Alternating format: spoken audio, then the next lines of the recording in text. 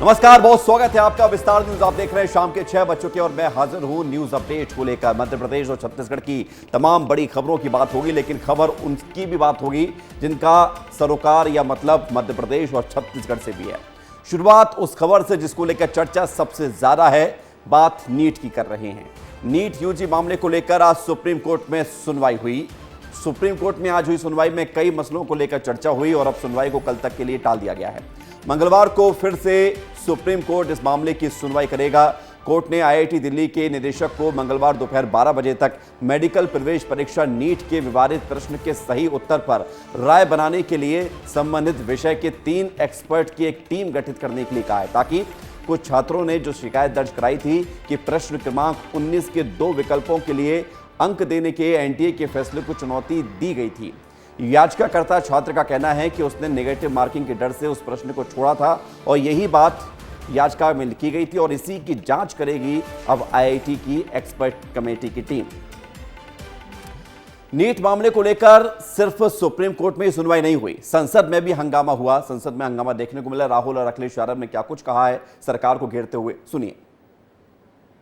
अध्यक्ष महोदय, ये सरकार किसी और का रिकॉर्ड बनाए ना बनाए, लेकिन पेपर लीक का रिकॉर्ड जरूर ये सरकार बनाएगी। क्या सेंटर वाइज जिन बच्चों को सबसे ज्यादा नंबर मिले हैं, क्या उसकी सूची जारी करेंगे? 30,000 सीटें जहां हैं, कई सेंटर अध्यक्ष महोदय ऐसे हैं जहां 2,000, 2,500 बच्चे पास हो गए हैं। अध्यक्ष महोदय, मेरे आपके माध्यम से एक ही निवेदन है कि बिना ये मंत्री जी रहेंगे तो न्याय नहीं मिलेगा बच्चों को। ये बहुत जरूरी मुद्दा है युवाओं के लिए और काफी मुश्किल हो रही है। हमने कहा था कि इस पे डिस्कशन होना चाहिए, बट सरकार इंटरेस्टेड नहीं है, मगर हम इस मुद्दे को उठाते रहेंगे और सरकार पे दबाव डालते रहेंगे। और हमारे साथ इस वक्त अमृत तिवारी जुड़ गए हैं। अमृत, बताइए, आज नीट के मामले को लेकर जो कुछ भी हुआ सुप्रीम कोर्ट में, संसद में, छात्र अभी तक इंतजार ही कर रहे हैं। एक बहुत लंबा वक्त हो चला है नीट को लेकर, विवाद खत्म नहीं हो रहा।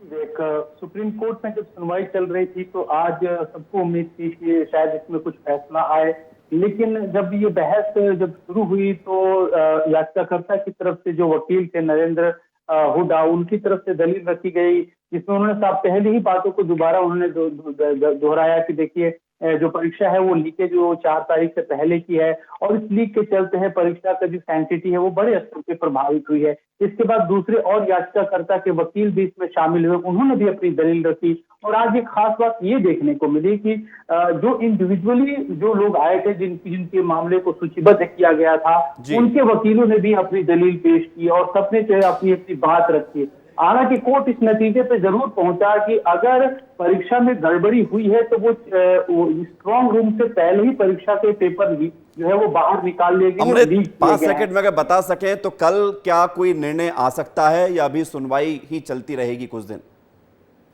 देखिए, कल की जहां तक बात है, जब जैसा कि आप बता रहे थे, सुप्रीम कोर्ट ने आईआईटी दिल्ली के एक्सपर्ट की राय मांगी है और आईआईटी दिल्ली के डायरेक्टर जो है अपने विशेषज्ञों की कमेटी बना करके उन प्रश्नों के सही आंसर देंगे 12 बजे दोपहर से पहले। उसके बाद कोर्ट इस पर सुनवाई करेगी। उसके बाद जो सॉलिसिटर जनरल है वो अपना पक्ष रखेंगे और उससे सुनने के बाद ही कोर्ट जो है उस पर कोई फैसला देगा। बिल्कुल, बहुत शुक्रिया आपका अमृत हमारे साथ जुड़ने के लिए और तमाम जानकारी के लिए। बढ़ते आगे, उत्तर प्रदेश उत्तराखंड में कांवड़ यात्रा के रूट पर दुकानदारों को नेम प्लेट लगाना अनिवार्य किए जाने के फैसले पर सुप्रीम कोर्ट ने सोमवार को अंतरिम रोक लगा दी है। सुप्रीम कोर्ट ने यूपी, उत्तराखंड के साथ मध्य प्रदेश की सरकार को भी नोटिस जारी किया है। कोर्ट का कहना था कि दुकानदारों को अपनी पहचान बताने की जरूरत नहीं है, दुकानदारों को सिर्फ खाने के प्रकार को बताना होगा कि ढाबे में या उसकी दुकान में जो खाना बिक रहा है वो शाकाहारी है या मांसाहारी है, ये बताना होगा। इस मामले में अब अगली सुनवाई 26 जुलाई को होगी। उधर कांग्रेस विधायक मध्य प्रदेश से, उन्होंने कहा कि नफरत की राजनीति हो रही है, बीजेपी नफरत की राजनीति कर रही है और जनता ये स्वीकार नहीं करती है। नेम प्लेट मामले को लेकर क्या कुछ कहते हुए नजर आए कांग्रेस के विधायक, सुन लीजिए। देखिए, सुप्रीम कोर्ट का धन्यवाद, लेकिन ये देश को नफरत की तरफ धकेलने वाले और देश से मोहब्बत करने वाला निर्णय नहीं था। और ये वो सरकारें हैं जो जनता को अपनी सुविधाएं देने में नाकाम हो गई, तो वो केवल इन्हीं बातों के दम पर अपनी साख बचाने के लिए ये कार्य कर रही। ना जनता इसको स्वीकार कर रही है, ना देश का संविधान इसको स्वीकार करता है, इसलिए सुप्रीम कोर्ट ने निर्णय लिया। बढ़ते आगे, मध्य प्रदेश की सियासत में आज की सबसे बड़ी खबर आपको बताते हैं। मध्य प्रदेश के आदिवासी कल्याण मंत्री नागर सिंह चौहान अपने पद से इस्तीफा दे सकते हैं। अनुसूचित जाति कल्याण विभाग का जिम्मा इनके पास है। विस्तार न्यूज से खास बातचीत में उन्होंने कहा है कि केवल वही नहीं बल्कि उनकी पत्नी अनीता नागर सिंह चौहान भी इस्तीफा दे सकती हैं। आखिर मंत्री जी नाराज क्यों हो गए? किस बात से उनकी नाराजगी इतनी ज्यादा बढ़ गई कि अब वो मंत्री ही नहीं रहना चाहते हैं? इस रिपोर्ट को आप देखिए, उसके बाद पूरी खबर का अपडेट के साथ आपको जानकारी देंगे।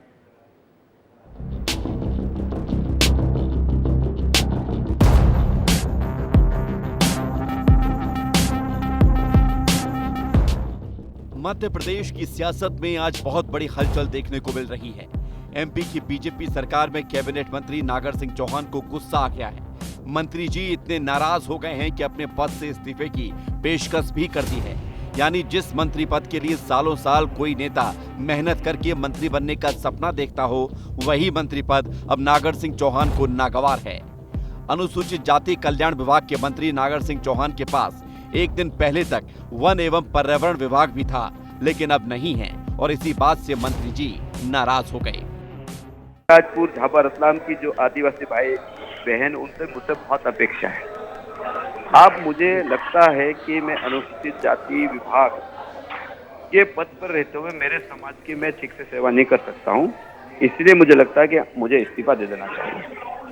तो सुना आपने, नागर सिंह चौहान इतने नाराज हो गए हैं कि अपनी पत्नी और रतलाम झाबुआ से सांसद अनीता नागर सिंह चौहान को भी इस्तीफा दिलाने की अब बात कह रहे हैं।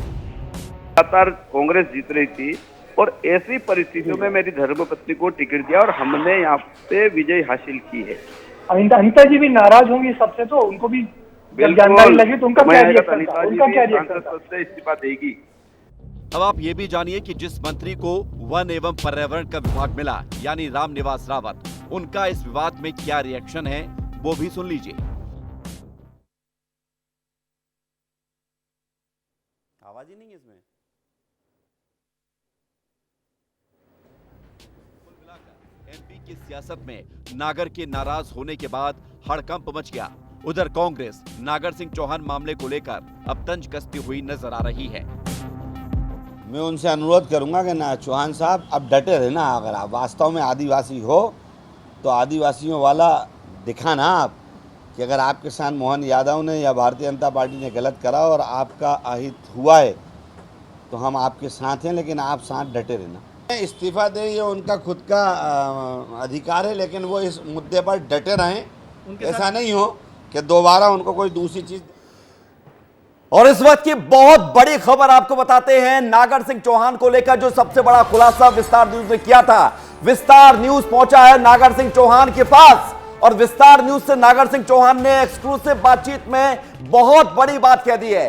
2 दिन मेरी बात नहीं मानी तो मैं इस्तीफा दे दूंगा, ये कहना है नागर सिंह चौहान का। अलीराजपुर से भोपाल रवाना हो गए हैं नागर सिंह चौहान और भोपाल से इस वक्त की बड़ी खबर यह है कि नागर सिंह चौहान ने विस्तार न्यूज से बातचीत में कहा है कि 2 दिन अगर मेरी बात नहीं मानी, 2 दिन का समय अल्टीमेटम दे दिया है। उनसे बात की है हमारे सहयोगी ने, जफर अशरफी ने। सुनिए क्या कुछ कहा है नागर सिंह चौहान ने।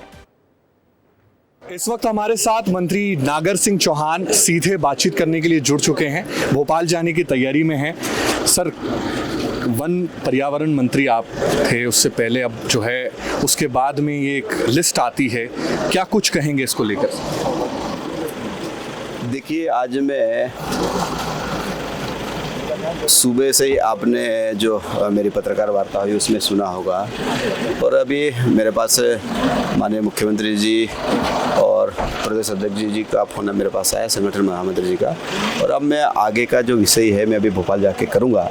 और उसके बावजूद भी अगर मैं जो चाहता हूँ मैं 2 दिन बाद इसका पूरा डिसीजन कर दूंगा। आप अनुसूचित जनजाति से आते हैं और अनुसूचित जाति का आपको विभाग सौंपा गया, किस तरीके से? नहीं, मैं अनुसूचित जनजाति का हूँ मैं, और मेरे पास जो विभाग है अनुसूचित जाति का है, वो मेरे समाज का नहीं है। वो मैं अनुसूचित जनजाति से आता हूँ और मैं सारे विषय में चर्चा करूँगा।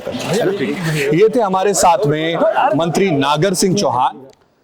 बहुत बड़ी बात उन्होंने कहा है। विस्तार न्यूज आपका अपना चैनल वहां तक पहुंचा क्योंकि खबर की जड़ तक जाना जरूरी था।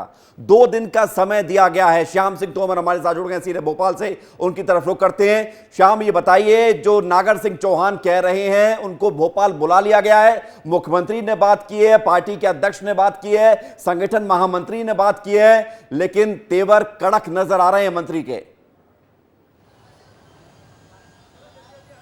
देखिए, इससे पहले भी कई मौक़ों पर हम देख चुके हैं कि मंत्री नेताओं के ऐसे तेवर भाजपा में पहले भी बनते रहे हैं, दिखाई देते रहे हैं, लेकिन इसका मतलब ये नहीं कि पार्टी के अनुशासन का जो डंडा है उससे कोई बच जाएगा। पार्टी अनुशासन के साथ बंधी हुई है, कार्यकर्ता हो या नेता हो या मंत्री हो, सभी अनुशासन से बंधे हुए। हाँ, ये जरूर है कि समझाइश का दौर शुरू हो चुका है। वी.डी. शर्मा खुद सक्रिय हैं, इसके साथ में मुख्यमंत्री बात कर चुके हैं, और जब भोपाल बुलाया जाएगा तो सभी शीर्षस्थ लोग उनसे मिलेंगे और उनसे जानेंगे, समझेंगे और उनको भी समझाने की कोशिश करेंगे कि आप ऐसा बयान ना दें, आप इस तरह से ना कहें, आपके संतुष्ट करने की कोशिश की जाएगी उनको।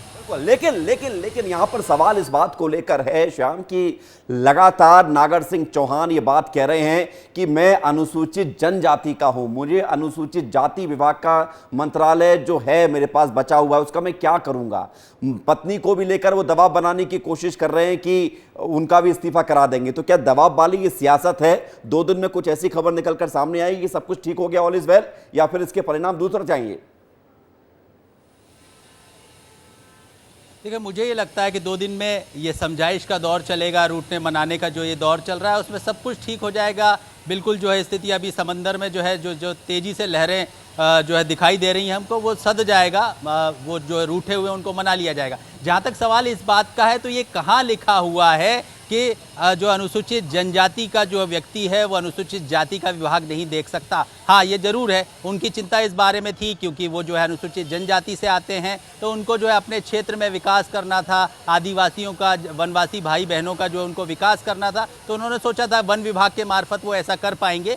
जो नहीं कर पा रहे उनका अपना तर्क है इस बारे में। बिल्कुल श्याम, लौटेंगे आपके पास क्योंकि महत्वपूर्ण यह है कि क्या कुछ नागर सिंह चौहान कह रहे हैं, ये कोई छोटी घटना नहीं है। नागर सिंह चौहान अगर नाराज हैं तो इसका मैसेज बहुत बड़ा है। एक बार फिर आपको सुनाते हैं नागर सिंह चौहान ने विस्तार न्यूज से बातचीत में क्या कुछ कहा है, फिर से सुनिए आप। इस वक्त हमारे साथ मंत्री नागर सिंह चौहान सीधे बातचीत करने के लिए जुड़ चुके हैं, भोपाल जाने की तैयारी में हैं। सर, वन पर्यावरण मंत्री आप थे उससे पहले, अब जो है उसके बाद में ये एक लिस्ट आती है, क्या कुछ कहेंगे इसको लेकर? देखिए, आज मैं सुबह से ही आपने जो मेरी पत्रकार वार्ता हुई उसमें सुना होगा, और अभी मेरे पास माननीय मुख्यमंत्री जी और प्रदेश अध्यक्ष जी का फ़ोन मेरे पास आया, संगठन महामंत्री जी का, और अब मैं आगे का जो विषय है मैं अभी भोपाल जाके करूँगा। और उसके बावजूद भी अगर मैं जो चाहता हूँ, मैं 2 दिन बाद इसका पूरा डिसीजन कर दूंगा। आप अनुसूचित जनजाति से आते हैं और अनुसूचित जाति का आपको विभाग सौंपा गया, किस तरीके से आप? नहीं, मैं अनुसूचित जनजाति का हूँ मैं, और मेरे पास जो विभाग है अनुसूचित जाति का है, वो मेरे समाज का नहीं है। वो मैं अनुसूचित जनजाति से आता हूँ और मैं सारे विषय में चर्चा करूँगा। ये थे हमारे साथ में मंत्री नागर सिंह चौहान। जी हाँ, तो महत्वपूर्ण यह है कि जो उन्होंने कहा है, दिल्ली माफ कीजिए अलीराजपुर से भोपाल आ रहे हैं, पहुंच भी गए होंगे या पहुंच जाएंगे कुछ देर बाद, लेकिन 2 दिन का उन्होंने समय जरूर दिया। अब देखिए, आपको बताते विस्तार से कि नागर सिंह चौहान आखिर हैं कौन और क्यों नाराज बताए जा रहे हैं। कौन है नागर सिंह चौहान? पहले आप चेहरा देख लीजिए, अभी हालांकि बातचीत हुई है विस्तार में, चेहरा देख लीजिए। बीजेपी के आदिवासी नेता है नागर सिंह चौहान, बड़े नेता हैं। कैसे बड़े हैं ये भी बताते हैं। अलीराजपुर विधानसभा क्षेत्र से 4थी बार के विधायक हैं, 4 बार विधायक चुने गए, 2003, 2008, 2013 और 2023।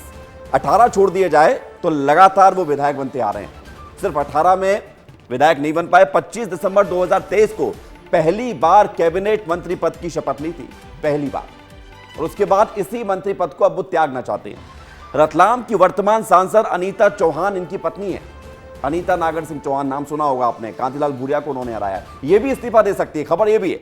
पत्नी अनीता चौहान रतलाम झाबुआ की पहली महिला सांसद हैं, रिकॉर्ड है, 2 लाख से ज्यादा मतों से हराया था कांतिलाल भूरिया को, और पहली महिला सांसद हैं ये इनकी पत्नी, और ये भी इस्तीफा दे सकती हैं।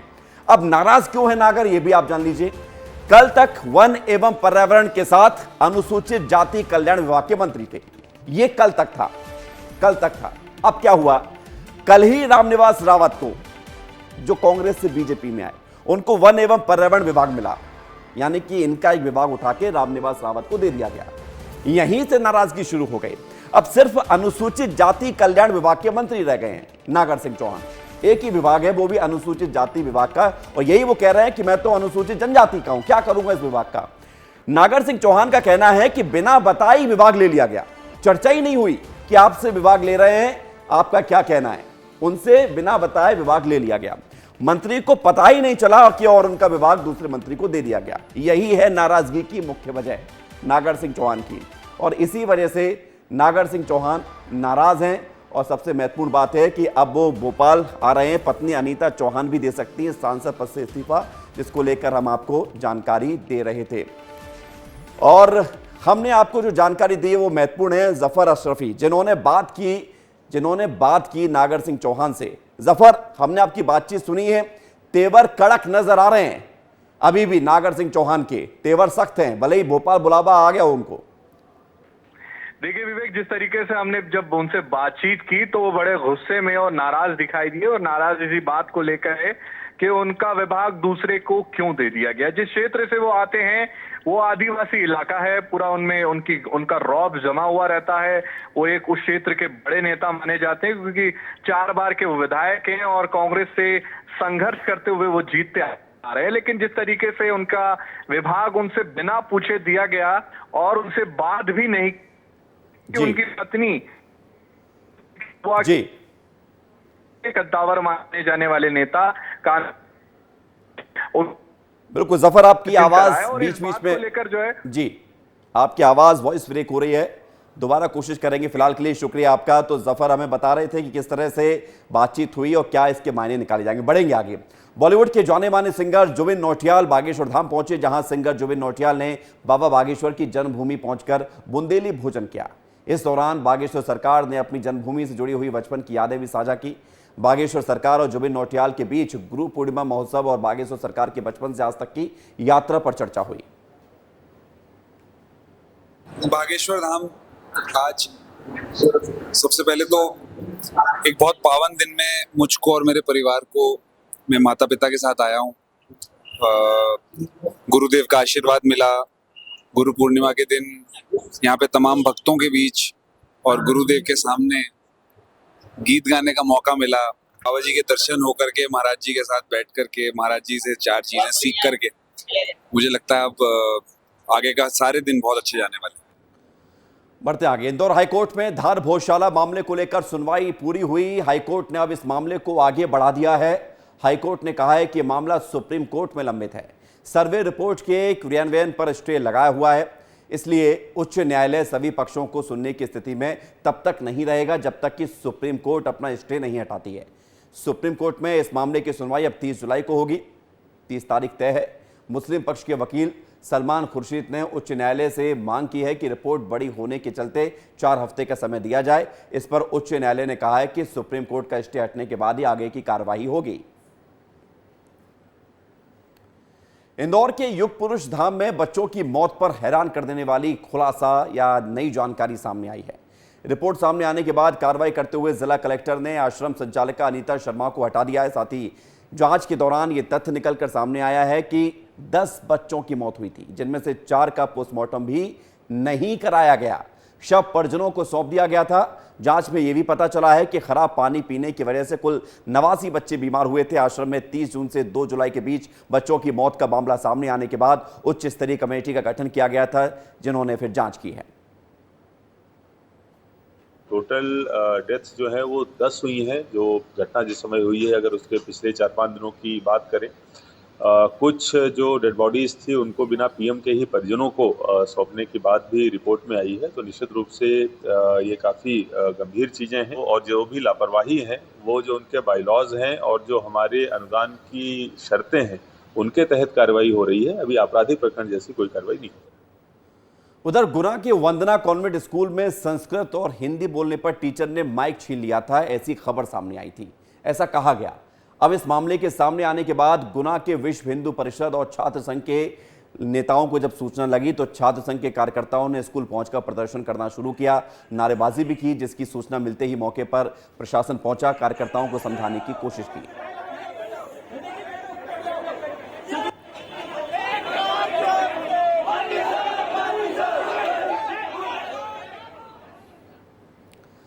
अंग्रेजी सीखना हर कोई चाहता है, लेकिन क्या हो जब अंग्रेजी सीखने के लिए आपको ठेके का रास्ता बता दिया जाए।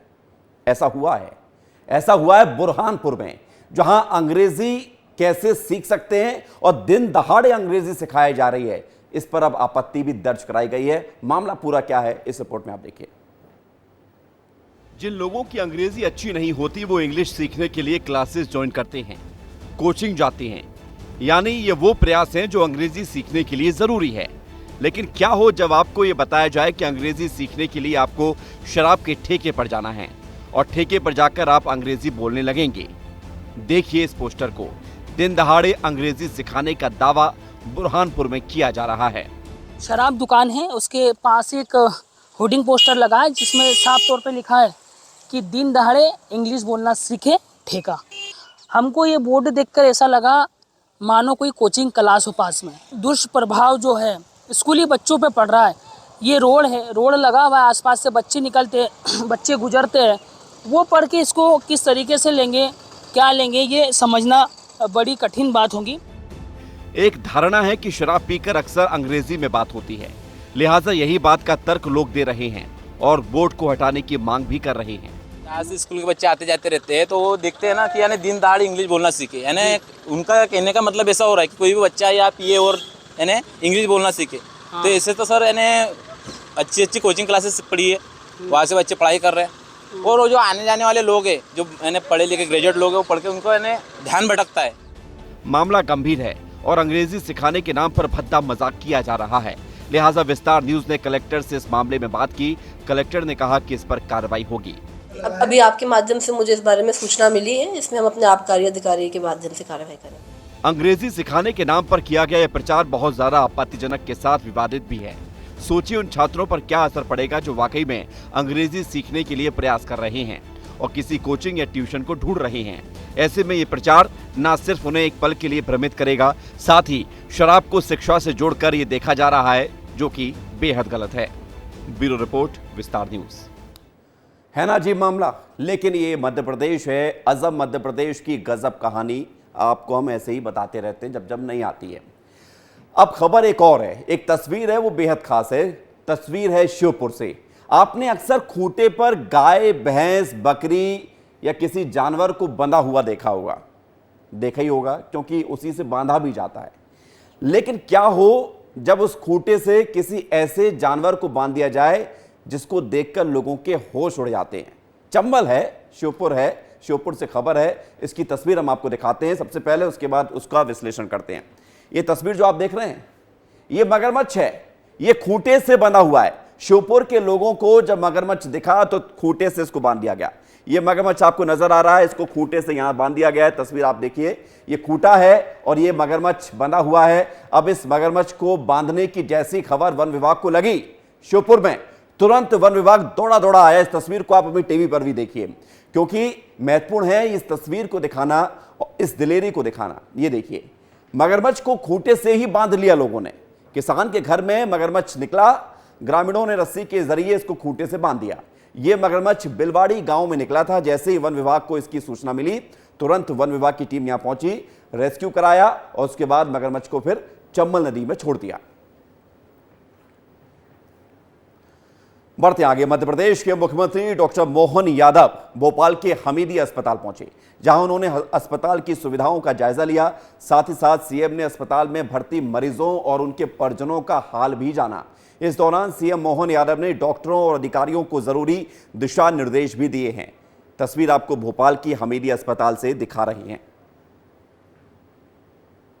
कुल मिलाकर के विकास के मामले में, खास करके हेल्थ के मामले में हमारी सरकार बहुत गंभीर है, लेकिन सरकार के द्वारा लगाए जाने वाले धनराशि का भी उपयोग प्रॉपर हो, उससे जनता के बीच में एक विश्वास भी बनता है और ख़ास करके सरकारी अस्पतालों पर जनता का विश्वास भी है। हमारा प्रयास है कि इन सारे कामों में गुणवत्ता के साथ अपनी दक्षता से भी सभी अपनी ड्यूटी करें और समय समय पर निरीक्षण करने से स्वाभाविक रूप से विश्वास बनता है। निरीक्षण से संतुष्ट है मुझे लगता है सर आप वो काम करना जी। देखिए मुख्यमंत्री जी कह रहे हैं निरीक्षण किया उन्होंने और साथ साथ में अच्छा है लेकिन बहुत कुछ करना बाकी है। ये विस्तार न्यूज़ से खास बातचीत में उन्होंने कहा। श्याम सिंह तोमर, विस्तार न्यूज़ के लिए। अगली खबर है सीहोर से, जहां पर हुई लगातार मूसलाधार बारिश से हर जगह पानी ही पानी नजर आया। भेरुंदा में लगातार हुई बारिश के चलते लोगों के घरों में पानी भर गया। हर जगह पानी, आप देख रहे हैं, तस्वीर आपको दिखा रहे हैं, लगातार पानी, बारिश से हाहाकार और हर जगह पानी ही पानी। नाला नदी में सब कुछ पानी पानी नजर आ रहा है। सीहोर में जमकर बारिश हुई, नाला उफान पर है, लोगों के घरों में पानी भर गया। वाहन जो है पानी में आधे डूबे हुए भी नजर आए। लोगों की परेशानी भी सामने आई है। लालकुई गांव में नाला उफान पर आ गया, जिसके चलते लोगों का सामान भी खराब हो गया।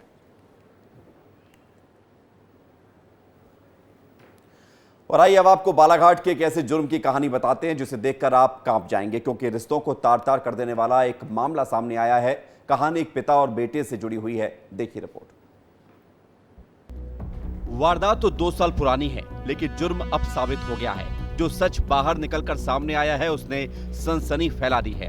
13 जून 2022 को बिरसा पुलिस को ये जानकारी मिली थी कि धर्मशाला गांव में किसी अनजान शख्स का शव नाले में पेड़ से लटक रहा है। पुलिस भी परेशान थी कि मृतक जयराम की हत्या आखिर किसने की है। परत दर परत पुलिस अब इस मामले की जांच में आगे बढ़ी तो ये बात सामने आई कि मृतक जयराम आए दिन शराब पीकर घर में झगड़ा किया करता था। जब पुलिस ने परिवार वालों से सख्ती से पूछताछ की तो धीरे धीरे सिरे मिलने लगे। इसके बाद पिता सूबेदार मरकाम ने अपने ही बेटे की हत्या की बात कबूल कर ली। सूबेदार मरकाम ने पुलिस को बताया कि जयराम आए दिन घर में शराब पीने के लिए पैसे मांगता था और शराब पीने के बाद आए दिन झगड़ा भी होता था। इसी बात से नाराज होकर सूबेदार सिंह ने जयराम की लोहे के डंडे से मारकर हत्या कर दी। पुलिस को हत्या का शक न हो इसलिए बेटे के शव को घर के पीछे वाले नाले के किनारे लगे एक पेड़ से फंदे पर लटका दिया गया। खुलासा इस प्रकार हुआ है कि जयराम शराब पीने के लिए बार बार अपने घर वालों से पैसा मांगता था। नहीं देने पर घर में मारपीट और तोड़फोड़ करता था। घटना दिनांक को भी मृतक जयराम का इसी संबंध में उसके पिता सूबेदार सिंह से विवाद हो गया, जिस पर मृतक के पिता सूबेदार मरकाम ने बांस के डंडे लोहे लगे हुए उससे मारपीट कर दिया, जिससे जयराम की मृत्यु हो गई और साक्ष्य की छिपाने के गरज से अपने घर के पीछे गर्रा के पेड़ में उसको टांगने का प्रयास किया था। जुर्म कितना ही शातिराना तरीके से क्यों न किया जाए, अपराध करने वाले कुछ न कुछ ऐसा छोड़ देते हैं जिससे पुलिस उन तक पहुंच ही जाती है। इस मामले में भी कुछ ऐसा ही हुआ है। चित्ररंजन नेरकर, विस्तार न्यूज, बालाघाट। बढ़ते आगे, कल बजट पेश होने जा रहा है। देश का आम बजट कैसा होगा, क्या उम्मीदें हैं, लोग क्या कुछ चाह रहे हैं, इसको लेकर विस्तार न्यूज की टीम हर जिले में लोगों से बात कर रही है। ग्वालियर के लोग क्या कुछ कहते हुए नजर आए हैं, देखिए। 23 जुलाई को केंद्र सरकार का बजट पेश होने वाला है और इस बजट में क्या कुछ उम्मीदें हैं लोगों को। और इस वक्त हम मौजूद हैं Madhya Pradesh chamber of commerce के दफ्तर में, जहां पर तमाम पदाधिकारी मौजूद हैं। हमारे साथ अध्यक्ष जी मौजूद हैं और सचिव जी मौजूद हैं, तमाम और पदाधिकारी हैं वो भी मौजूद हैं। सर, सबसे पहले तुमसे बात करेंगे कि क्या कुछ उम्मीदें हैं आपको, क्या कुछ होना चाहिए इस बजट में? देखिए, जो केंद्रीय बजट आने वाला है 23 जुलाई को, और पूरे भारतवर्ष से एक मांग उठी है कि आयकर का स्लैब, जो वर्तमान स्लैब है उसकी छूट का स्तर, दायरा बढ़ना चाहिए। उस स्लैब को बढ़ाना चाहिए, छूट के स्लैब को। आप क्या सोचते हैं क्या इस बजट में होना चाहिए? जैसे ग्वालियर जैसे शहर की बात करें तो यहाँ पे आईटी के भी बड़ा स्कोप है। आज सरकार जो भी आईटी के लिए कर रही है, हिंदुस्तान में गिने चुने शहरों में आईटी में काम चल रहा है। हमारे यहाँ के लगभग 10,000 बच्चे ग्वालियर के आईटी में काम करते हैं। अगर तो उनको आईटी के लिए, ग्वालियर में आईटी पार्क है, सरकार को उसको प्रोत्साहन देने के लिए ऐसी नीति बनाना चाहिए कि अधिक से अधिक आईटी कंपनियां ग्वालियर में आएँ और ग्वालियर के बच्चों को यहीं रोजगार मिले। सर, आप बताइए कि मोदी सरकार की तीसरी कार्यकाल का ये पहला बजट है, क्या कुछ इस बजट में होना चाहिए? इसमें सब देखिए, व्यापारियों के हित के लिए कुछ नहीं है, व्यापारियों के हित के लिए कर रहे हैं। मतलब हर एक के लिए वो रियायत देते हैं, ये देते हैं। व्यापारी भी एक काम करता है, एज होती है, उसके बाद रिटायर होता है, तो उसके लिए भी कुछ ऐसी योजना होनी चाहिए जैसे वो सबको सहयोग देते हैं, सबको करते हैं। तो इसमें व्यापारियों के लिए भी कुछ होना चाहिए, उनके भविष्य के लिए भी। तो और भी व्यापारी हमारे साथ मौजूद हैं। सर, आप बताइए कि सर, जैसे कि बार बार किसानों को दिया जाता है, जब भी कोई ऋण माफ़ी होती है तो किसानों के लिए होती है, और व्यापारी भी इनमें है। जो हमारे काफ़ी व्यापारी नुकसान खाए जाते हैं, तो कभी कभी उनके लिए भी विकल्प विकल्प होना चाहिए कि उनको भी कोई छूट प्रदान की जाए। कि तमाम ऐसी फैसिलिटी होने चाहिए व्यापारियों के लिए, चाहे वो उद्योग हो या फिर पेंशन का मामला हो, तमाम ऐसी मामले हैं व्यापारियों और उद्योग के लिए। वो इस बजट में उनको उम्मीद है और वो सोच रहे हैं कि इस बजट में उनको केंद्र सरकार से भी कि इस बजट में उन्हें ये राहत मिलेगी। कैमरामैन संजय चंदेल के साथ अनिल गौर, विस्तार न्यूज। मॉनसून सत्र का आगाज हो चुका है। आज से लेकर 26 जुलाई तक मॉनसून सत्र चलेगा। जैसा कि माना जा रहा था कि मॉनसून सत्र हंगामेदार रह सकता है, शुरुआत भी हंगामे से ही हुई। देखिए, बहुत गंभीर मामला है। पूरे प्रदेश नहीं, देश में पहली बार हुआ है कि कलेक्टर और एसपी कंपोजिट बिल्डिंग है उसको क्षतिग्रस्त करके आग में झोंक दिया गया हो। ऐसी घटना इतिहास में पहली बार हुआ है। या इसके लिए कोई जिम्मेदार है भारतीय जनता पार्टी की विष्णुदेव साय की सरकार है। बहुत सारे तथ्य थे, हमारे साथियों ने रखा भी ग्राह्यता पे चर्चा करते हुए। हम लोगों ने कहा कि ये कलेक्टर एसपी निलंबित करना ये स्पष्ट करता है कि सरकार मान ली है कि उनसे सबसे बड़ी गलती हुई है, चूक हुई है। ये विष्णुदेव साय सरकार के सुशासन पर एक काला धब्बा है। रायपुर से बड़ी खबर है, जहां पर 26 जुलाई को मनाया जाएगा करगिल दिवस। जम्मू कश्मीर अध्ययन केंद्र ने सीएम विष्णुदेव साय को एक पत्र लिखा था। छत्तीसगढ़ सरकार ने पत्र पर संज्ञान लिया है। स्कूलों और कॉलेजों में विशेष कार्यक्रम आयोजित किए जाएंगे। भारत के वीरों के युवाओं को गाथा भी सुनाई जाएगी। स्कूल शिक्षा विभाग ने आदेश जारी किया है। नेम प्लेट को लेकर आज सुप्रीम कोर्ट ने रोक तो लगा दी है, अंतरिम रोक, लेकिन इस मामले को लेकर छत्तीसगढ़ की सियासत भी गर्मा गई है। मध्य प्रदेश के बाद छत्तीसगढ़ में फैसला भी होने जा रहा था। ऐसी संभावना है कि छत्तीसगढ़ की सरकार कांवड़ यात्रा के रूट पर नेम प्लेट लगवाने का फैसला ले सकती है और इसके संकेत भी गृह मंत्री विजय शर्मा ने दिए थे, जिसको लेकर अब सियासत शुरू हो चुकी है। देखिए, मध्य प्रदेश और उत्तर प्रदेश सरकार के नेम प्लेट वाले फैसले पर देश में सियासत गरमाई हुई है। मध्य प्रदेश के बाद अब छत्तीसगढ़ में फैसला होने जा रहा है। दरअसल यूपी की योगी आदित्यनाथ सरकार ने कांवड़ यात्रा रूट की सभी दुकानों पर नेम प्लेट लगाने का आदेश दिया था। आदेश में कहा गया था कि कांवड़ मार्गों पर खाद्य पदार्थों की दुकानों पर नेम प्लेट लगानी होगी। दुकानों पर मालिक का नाम और पता लिखना अनिवार्य होगा। वहीं इस फैसले को अब छत्तीसगढ़ में भी लागू किया जाएगा, जिसके संकेत गृह मंत्री विजय शर्मा ने दिए हैं। डिप्टी सीएम विजय शर्मा ने कहा है कि कहां कैसा भोजन मिलेगा इसकी स्पष्टता होनी चाहिए। मांसाहार और शाकाहार दोनों हैं, स्पष्ट करना चाहिए। छत्तीसगढ़ में कांवड़ यात्रा बहुत सिस्टमेटिक हो जाए, इसके लिए प्रयास और किया जा रहा है। एक आध दिन में आपके सामने स्पष्ट होगी बात। बाकी व्यक्तिगत तौर पर आप कहें तो मुझे ये लगता है कि ठीक मतलब स्पष्टता थोड़ी होनी चाहिए कि भाई कहाँ कैसा भोजन मिलेगा। मांसाहार और शाकाहार एक साथ ही है तो स्पष्ट करना चाहिए कि मांसाहार और शाकाहार दोनों है भाई। उनके किचन अलग है कि नहीं। अनुष्ठान करने वाला जो कांवड़ यात्रा बड़ी परिश्रम, बड़ा श्रद्धा भाव करते हैं, उनको स्पष्ट हो जाना चाहिए। यूपी में जारी आदेश के बाद छत्तीसगढ़ में भी इसे लेकर चर्चा है। डिप्टी सीएम विजय शर्मा के बयान के बाद प्रदेश की सियासत में एक बार फिर इस मुद्दे ने बहस छेड़ दी है। डिप्टी सीएम के बयान पर कांग्रेस प्रदेश अध्यक्ष दीपक बैज का भी बयान सामने आ गया, जिसमें उन्होंने इसे सरकार का तुगलकी फरमान बताया। साथ ही छत्तीसगढ़ के मंत्रियों पर दूसरे राज्यों की नकल करने का आरोप लगाया। देखिए, जिस तरह से फैसले ये भारतीय जनता पार्टी सरकार की तुगलकी फरमान है और वैसे भी छत्तीसगढ़ सरकार और इनके मंत्री दूसरे राज्यों से नकल करने में माहिर है। फिलहाल अभी इस पर छत्तीसगढ़ में कोई आदेश जारी नहीं हुआ है, लेकिन डिप्टी सीएम विजय शर्मा की बातों से लग रहा है कि आने वाले दिनों में छत्तीसगढ़ में फैसला हो जाएगा। फैसला आने से पहले ही छत्तीसगढ़ में सियासत भी शुरू हो चुकी है। अब देखने वाली बात होगी कि सरकार क्या कुछ फैसला लेती है। ब्यूरो रिपोर्ट, विस्तार न्यूज। रायपुर में डीएड और बीएड प्रशिक्षित संघ ने आज 33,000 शिक्षकों की भर्ती और आरक्षित वर्ग को 5% छूट देने की मांग को लेकर विधानसभा का घेराव करने की शुरुआत की। उससे पहले संघ ने तूता धरना स्थल पर प्रदर्शन भी किया। इस दौरान नुक्कड़ नाटक भी किया गया। विधानसभा घेराव के लिए निकले संघ को पुलिस ने बैरिकेडिंग लगाकर पहले ही रोक लिया था। आपको यह भी बता दें कि बजट के दौरान विभागीय मंत्री ने प्रदेश में 33,000 शिक्षकों की भर्ती करने की घोषणा की थी, लेकिन आज तक उन पदों पर वित्तीय स्वीकृति नहीं मिली है, जिसको लेकर प्रदर्शन किया गया है। और एक तस्वीर आपको देखनी चाहिए कि जिद क्या होती है। अगर आपको अपने गांव में डेवलपमेंट कराना है, विकास कराना है, तो उसके लिए लड़ना पड़ेगा, जूझना पड़ेगा। सिस्टम ही ऐसा है। एक तस्वीर है महासमुंद जिले के एक सरपंच की। तस्वीर आप देख रहे हैं। सड़क पर लोट लगाते और घूम घूम कर जाते ये सरपंच हैं महासमुंद के। और कहां पहुंचे? नितिन गडकरी, लोक निर्माण विभाग पहुंचे, नितिन गडकरी के आवास पर पहुंचे। दिल्ली में अनोखा प्रदर्शन किया गया। ये तस्वीरें दिल्ली की हैं और दिल्ली में सड़क पर लेटकर ये सरपंच पहुंचा केंद्रीय सड़क परिवहन मंत्री नितिन गडकरी के निवास पर। ग्राम पंचायत बम्बूर डी के सरपंच शत्रुघ्न चेलक ने सड़क निर्माण की मांग को लेकर सड़क पर लेटते हुए केंद्रीय मंत्री नितिन गडकरी के निवास पर पहुंचकर अपनी मांग रखी।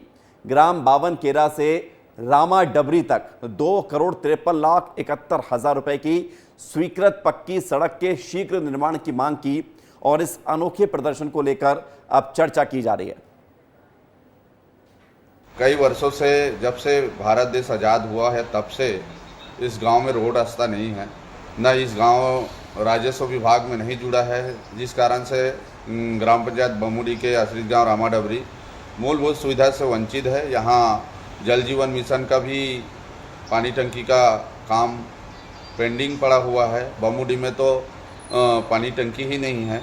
ऐसा स्थिति हो गया है। इस वजह से मैं केंद्रीय मंत्री अपने साहब नितिन गडकरी साहब से मुलाकात करने के लिए मैं दिल्ली आया हूं। और हमारे साथ इस वक्त ज़रा जानकारी के लिए शशांक जुड़ गए हैं, हमारे सहयोगी। शशांक, बताइए, सरपंच की जो जिद थी और जो तरीका था अपनी मांग को मनवाने को लेकर, कामयाब वो हो पाए या नहीं? जी बिल्कुल, देखिए, महासमुंद ब्लॉक के जो ग्राम पंचायत बम्बूडीह के सरपंच हैं शत्रुघ्न चेलक, वो लगभग मांग कर रहे थे कि 2 किलोमीटर तक की जो सड़क है रामा डबरी से बावनकेरा तक वो बन जाए। उन्होंने यहाँ अधिकारियों से मांग की, मंत्रियों से मिले, मुख्यमंत्री से मिले और आखिरकार उन्होंने दिल्ली का रुख किया और केंद्रीय सड़क परिवहन मंत्री जो हैं नितिन गडकरी से मिलने पहुंचे। और उनकी एक मांग है कि रामा डबरी से बावनकेरा तक की जो 2 किलोमीटर की सड़क है वो 2023 में 2,53,71,000 रुपए स्वीकृत हो गया है, लेकिन टेंडर की प्रक्रिया पूरी नहीं हुई है।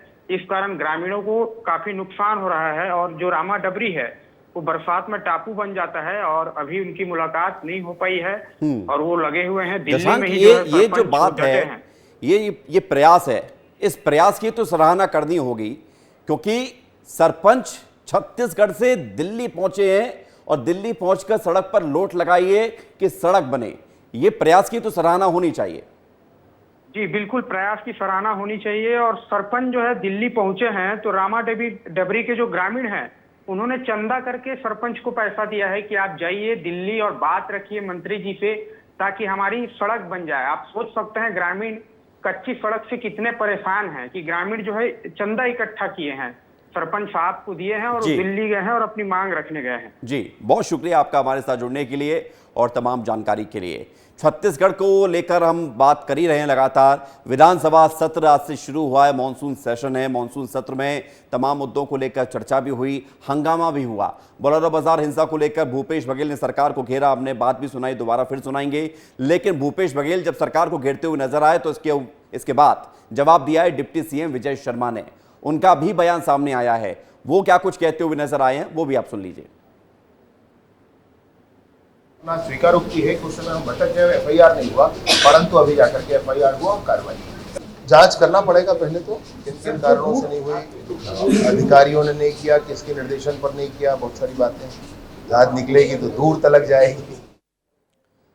तो बात निकलेगी तो दूर तलक जाएगी, ये कहना है गृह मंत्री विजय शर्मा का। डिप्टी सीएम भी हैं और बहुत बड़ी बात इसलिए कह रहे हैं क्योंकि भूपेश बघेल ने आरोप लगाया कि सरकार सोती रही और इतना बड़ा हंगामा हो गया। बढ़ेंगे आगे। दिल्ली के मोहल्ला क्लिनिक की तर्ज पर छत्तीसगढ़ में खोले गए हमार क्लिनिक की हालत खराब होती जा रही है, क्योंकि कई हमर क्लिनिक में डॉक्टर ही नहीं है। जो डॉक्टर संविदा में यहाँ रखे गए थे उनका कार्यकाल पूरा होने के बाद अब नई नियुक्ति ही नहीं हुई है। इन क्लिनिक में ना फार्मासिस्ट है ना लैब टेक्नीशियन है। यही वजह है कि जांच भी नहीं हो पा रही है। बहरहाल बरसात का मौसम और ऐसे में मौसमी बीमारियों का भी प्रकोप है। लोग हमर क्लिनिक में नहीं पहुंच पा रहे हैं। वजह यही है कि डॉक्टर है नहीं, इलाज की व्यवस्था नहीं है। यहाँ पे तो कभी अपने को डॉक्टर तो मिलते नहीं हैं और आज टीका लगवाने आया था तो पहले तो यहाँ लिखा था क्या बोलते हैं कि मंगलवार और शुक्रवार को टीका, रविवार को टीका नहीं लगेगा, और आज आ रहा हूँ तो बता रहे हैं कि क्या बोलते हैं टीका नहीं लगेगा यहाँ पे। और बहुत ही गंभीर समस्या है, क्योंकि एक बच्चे को लेके आदमी धूप में इधर उधर परेशान होना ये बहुत गंभीर समस्या है, और इस चीज़ के लिए लेकर सीएमओ साहब को और यहाँ के स्टाफ लोगों को समझना चाहिए इस चीज़ को। पोस्टिंग तो यहाँ होना चाहिए था, नहीं है तो बाकी पूरा काम हम लोग करते हैं, वही उसका पेशेंट का दवाई देते हैं, उसका एंट्री करते हैं, लैब जांच में जो किट वाला जांच है वो सब करते हैं। बढ़ते आगे, कांकेर में नगरीय निकाय के कर्मचारी अधिकारी ने वेतन भुगतान को लेकर मोर्चा खोल दिया है। नवनियुक्त अधिकारी कर्मचारी कल्याण संघ छत्तीसगढ़ के आह्वान पर वेतन भुगतान समेत अन्य मांगों को लेकर मोर्चा खोल दिया गया। कांकेर के नगरपालिका अधिकारी कर्मचारी ने कलम बंद हड़ताल शुरू कर दी है और जल्द ही मांग पूरी नहीं होने पर अनिश्चितकालीन हड़ताल पर जाने की बात कही जा रही है। नगरीय निकाय के अधिकारी कर्मचारी ने बताया है कि हर महीने लंबित वेतन भुगतान जो है वो सुनिश्चित हो, इस पर ना ही शासन के द्वारा कोई सार्थक प्रयास किया जा रहा है और ना ही नगरीय निकाय के द्वारा कोई ठोस प्रयास किए जा रहे हैं, जिसके चलते आंदोलन करने का निर्णय लिया है। नगरीय निकाय महासंघ की बैठक में शांतिपूर्वक तरीके से आंदोलन करने के लिए निर्णय लिया गया है। छत्तीसगढ़ के जो नगरीय निकाय के अधिकारी कर्मचारी है वो जो है हड़ताल में जाने को मजबूर है। आखिर क्यों ये हड़ताल में जाने को मजबूर है, इनसे बात करते हैं। हमारे पीछे देख सकते हैं ये नगरीय निकाय के अधिकारी कर्मचारी हैं। क्या कारण है, किस कारण आप लोग हड़ताल में जा रहे हैं? देखिए, वेतन जो है नियमित रूप से हमारे कर्मचारियों को मिले, हम सभी को मिले, इसी मांग को लेकर के अभी दिनांक 18 और 19 जुलाई को काली पट्टी बांध करके जो है विरोध प्रदर्शन किया गया। आज दिनांक 22 जुलाई को हम जो है कलमबंद हड़ताल रखे हुए हैं।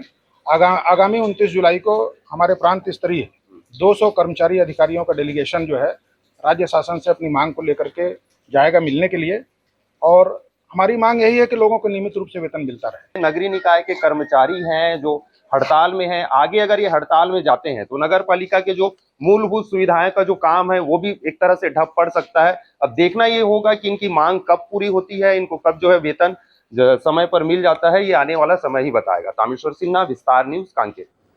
बलौदाबाजार में एक बार फिर डायरिया का प्रकोप जारी है। पथरिया गांव के 19 लोग डायरिया से पीड़ित हैं। सभी पीड़ितों का सिविल अस्पताल समेत अन्य स्वास्थ्य केंद्रों में इलाज जारी है।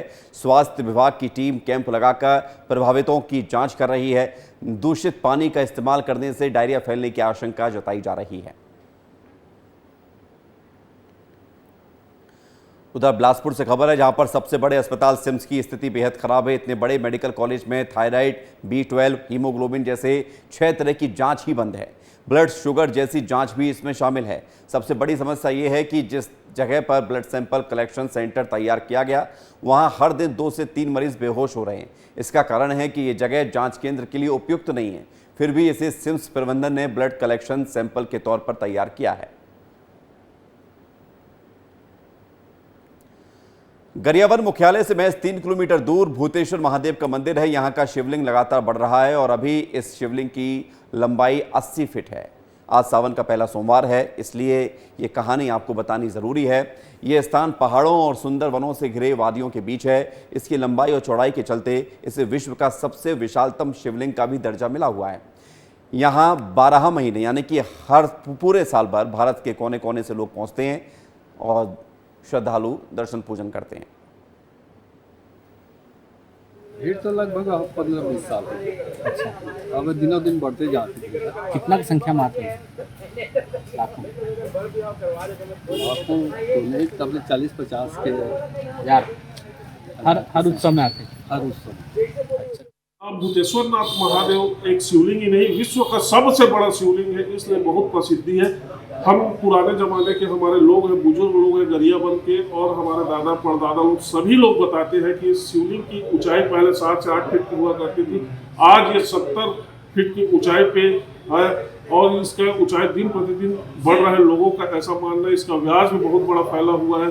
गोरखपुर से प्रकाशित होने वाली पुस्तक जो जिसमें गीता प्रेस है, जिसमें शिव विशेषांक करके पुस्तक आया था, उसमें भी शिवलिंग का उल्लेख है। मैं तो यहाँ से मतलब 8-10 साल से लगातार आ रहा हूँ। बचपन से मेरा आना रहा है यहाँ पे, और यहाँ पे विश्व का विशालतम शिवलिंग है भूतेश्वर नाथ देवी, जो यहाँ फल दर्शन किया मनोकामना पूर्ण होता है। अब मनोकामना भगवान के श्रद्धा के ऊपर विश्वास है, आते रहते हैं। कोरबा से खबर है, जहां पर बरबसपुर के पास 8 से 10 बदमाशों ने बस रोककर लूट की घटना को अंजाम दिया। बदमाशों ने कंडक्टर और ड्राइवर से गाली गलौज की, मारपीट की, 40,000 रुपए भी लूट लिए, जिसका वीडियो वायरल हो रहा है। बताया जा रहा है कि बस चांपा से कोरबा जा रही थी, तभी बदमाशों ने सड़क पर बाइक अड़ाकर बस को रोका, कंडक्टर से मारपीट की, बीच बचाव करने वाले बस ड्राइवर को भी पीटा। इस बीच एक युवक पत्थर से हमला करने की कोशिश करता हुआ नजर आया।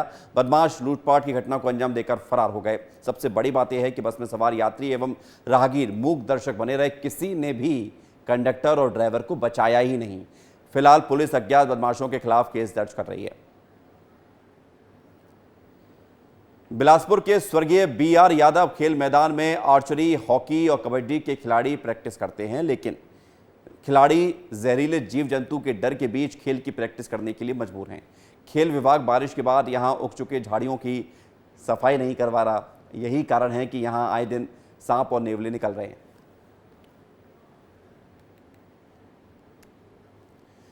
बिलासपुर के तारबहार पुलिस ने ATM में पट्टी फंसाकर पैसा निकालने वाले एक आरोपी को गिरफ्तार किया है। आरोपी ATM मशीन में रुपए निकलने वाले शटर को स्क्रू ड्राइवर से खोलकर उसमें पट्टी लगाता था, जिससे पैसे फंस जाते थे और फिर बाद में ये पैसे आरोपी निकाल लेता था। आरोपी के खिलाफ राजस्थान, महाराष्ट्र में भी कई मामले दर्ज हैं। तो CCTV फुटेज की मदद से ये कार्रवाई की गई है। महाराष्ट्र और राजस्थान में भी कई मामले दर्ज हैं। पुलिस ने पूरे मामले का खुलासा किया है। CCTV फुटेज की मदद ली गई है।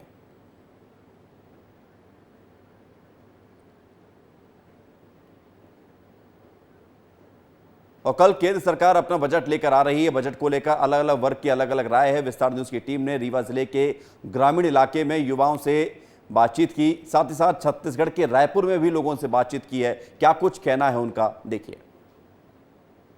देश का बजट आने वाला है और इस बजट में बहुत कुछ खास हो सकता है। इस बार उम्मीदें काफ़ी ज़्यादा है, लेकिन आम जनता के मन में क्या कुछ चल रहा है, उनकी उम्मीदें क्या है, उनकी अपेक्षाएं क्या है, ये जानने और समझने हम लोगों के बीच में आ गए। और आज हमारे साथ कुछ युवा साथी जुड़ रहे हैं जो बताएंगे कि वो इस बजट से क्या उम्मीद कर रहे हैं, क्या ज़रूरत है, देश में किस चीज़ की अभी कमी है, किस सेक्टर में काम होने की ज़रूरत है। सर फिलहाल तो देखा जाए तो यहाँ पे एजुकेशन फील्ड में ही अभी काम करने की ज़रूरत है, क्योंकि यहाँ पे ट्रांसपेरेंसी नाम की कोई चीज़ ही नहीं रह गई है। जहाँ CGPSC मतलब सेंट्रल लेवल पे देखा जाए या फिर स्टेट लेवल पे देखा जाए, करप्शन कुछ ज़्यादा ही है। यहाँ पे CGPSC में अभी जो धांधली चल रहा है, साथ ही साथ नीट जो मामला चल रहा है, तो फिलहाल देखा जाए तो करप्शन को रोकने के लिए शिक्षा के क्षेत्र में बजट को अच्छे से इम्प्लीमेंट करने की ज़रूरत है। यहाँ पे तो को ये चाहिए कि हर अपने स्टेट लेवल में हर साल वैकेंसी आए, जिससे एग्रीकल्चर स्टूडेंट है वो मतलब उनको जॉब मिल सके, ये सब। तो यही बोलूँ, वैकेंसीज कम है, इसको बढ़ाने की ज़रूरत है। बजट से काफ़ी उम्मीदें युवाओं को अब देखना होगा कि जब आम बजट पेश होगा तो इसमें युवाओं के लिए क्या कुछ निकल कर आता है। कैमरा पर्सन राजेंद्र के साथ अनमोल तिवारी, विस्तार न्यूज़।